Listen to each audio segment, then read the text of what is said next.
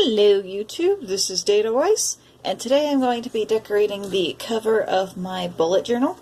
I mentioned in a previous video earlier this year that I wanted to redo the cover because my bullet journal was originally a travel journal.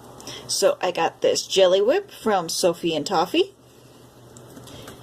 and I want to do a jelly deco for the covers of my bullet journal, but after doing a cloth test, the Jelly Whip that people usually get is made of silicone. Sophie and Toffee do not have silicone Jelly Whip, and it's a silicone substitute. So I had to do a fabric test because my cover is cardboard covered with fabric, and it does stick pretty well. The only time that it chipped was when the fabric folded in half, and that's not going to be a problem. But just for added precaution, I'm going to add some fabric paint to make it a little bit stickier to the jelly deco. So you just add a little bit and scrape across.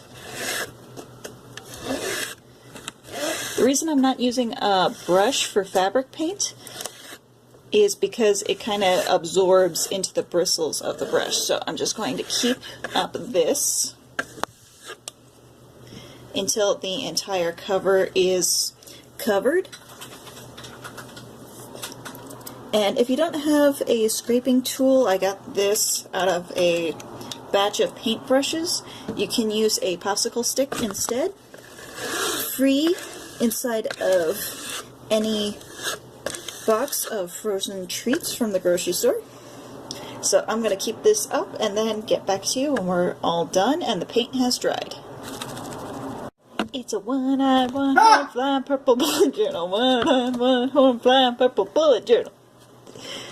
Alright, so now the bullet journal cover is, well, one, it's completely purple, and now the paint is completely dry, so we're going to move on into the Jelly Whip. The main problem that I have, though, is the piping tips that I have are a little big for this whole arrangement. So what I'm going to do is an old baker's trick. Take a regular little sandwich baggie, cut a tiny little hole in the tip as soon as I can find my scissors. Hold on.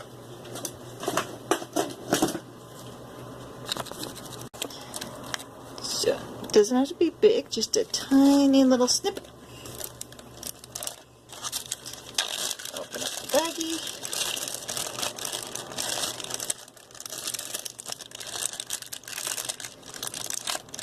Fit the nip inside. And now we have a piping bag. So I'm going to put the Jelly Whip in here and then start decorating. Alright, my piping bag is all filled up. I think I'm going to start at this corner. We're just going to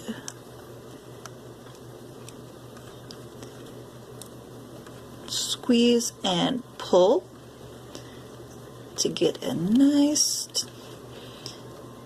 jelly pattern all the way down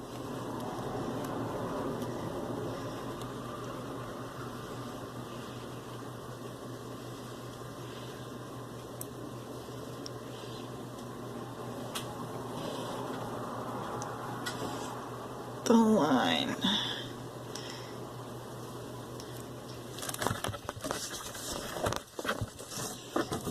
Now I could leave it right here. This looks very nice, but what I'm going to do is for each of these little bumps and valleys, I'm going to start where a bump was and then pull and then put where another bump is so that we don't have any gaps.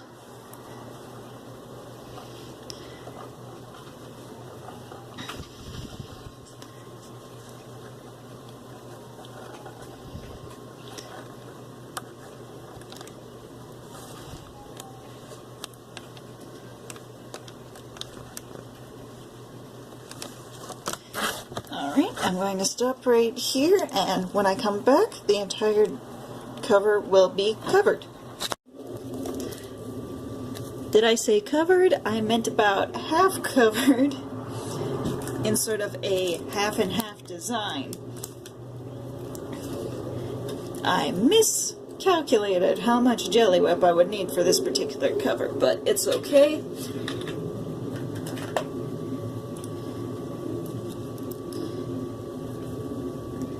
Because we have plenty of cabochons to make up for it, and if I have to hot glue them into place, then I will. Sometimes an artist just has to work with what he or she is given. So, I got some cabochons from Sophie and Toffee as well, these little game controllers, and these cute little resin moons. But I also have some decorations that I've collected from crafting. Pearls, beads, scrapbooking little things, a mustache on a stick.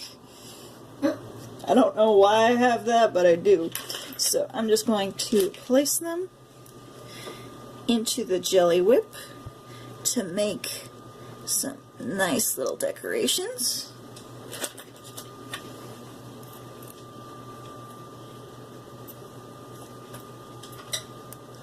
And make the half and half motif seem a little bit more intentional. Let's see. I think the purple moon blends in a little too much with the purple background. Maybe we should go for pink, or yeah, this pink right here kind of looks like pink lemonade, so put that in the bottom right there.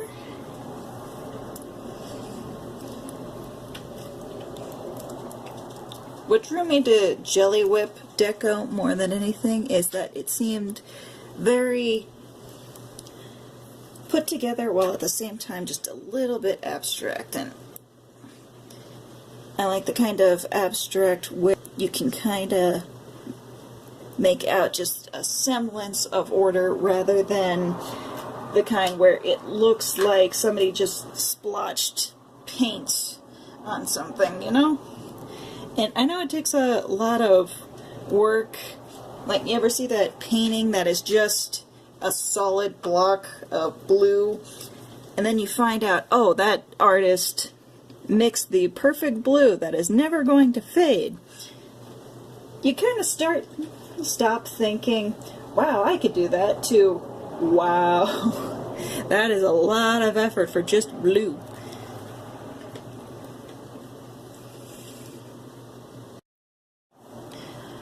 Alright, so I have decorated all of the Jelly Whip with the cabochons, beads, and pearls that I'm going to. And now we get to whip out the hot glue gun and put on some extra decoration on this barren purple surface. I have this Pokeball that fell off of the lanyard from my badge at work, and I also have these lovely glitter bats that match the Jelly Whip so well. So, one by one, I'm going to put a healthy little dollop on the back. Be very, very careful when using a hot glue gun. That's how you get third-degree burns. Like, this is a low-watt glue gun that I'm using, and even then I'm still going to be super, super careful with it. Notice how I handled the small things that could put my fingers in danger with tweezers. Yeah, tweezers, yes, with tweezers.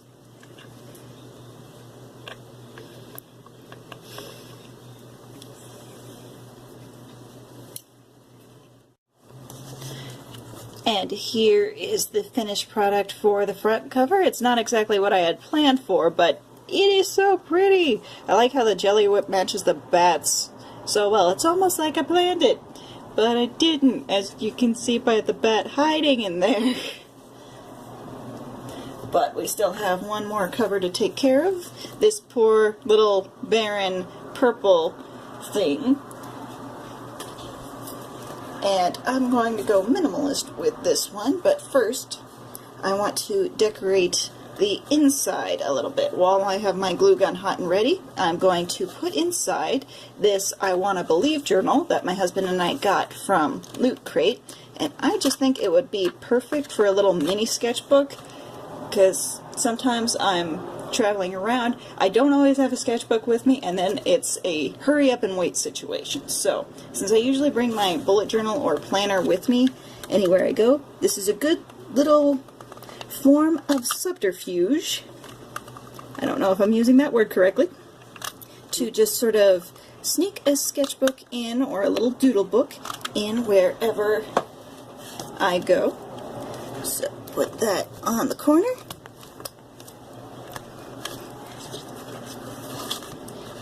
And here we have a sketchbook hiding in my planner. And now for the decorative segments. Because we're out of Jelly Whip and anything else that's black and glittery to decorate it with, I'm just going to put a little simple ribbon, hot glue that onto the back,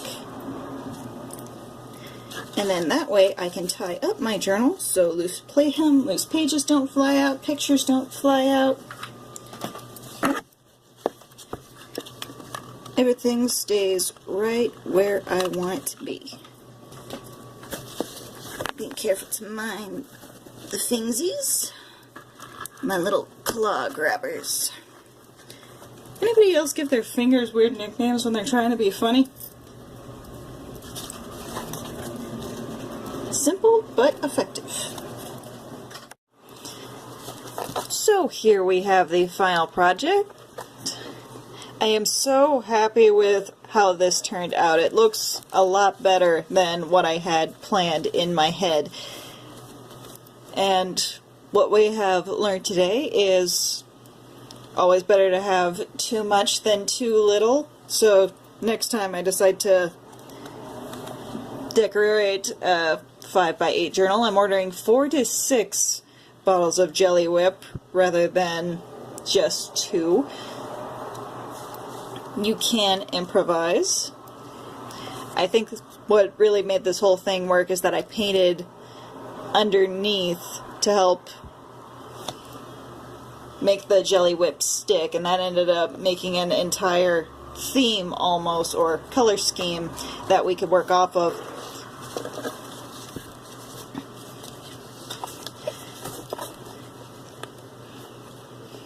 So if you guys have a favorite part of this project or anything else that you can recommend for me to do next time, or say what you would do, feel free to comment down below. If you like this video, please leave a like. And I am just starting out, so I'm not going to ask anybody to subscribe, because I think that's something I need to earn.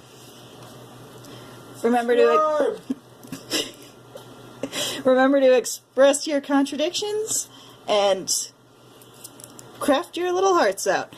Bye, everybody. Subscribe.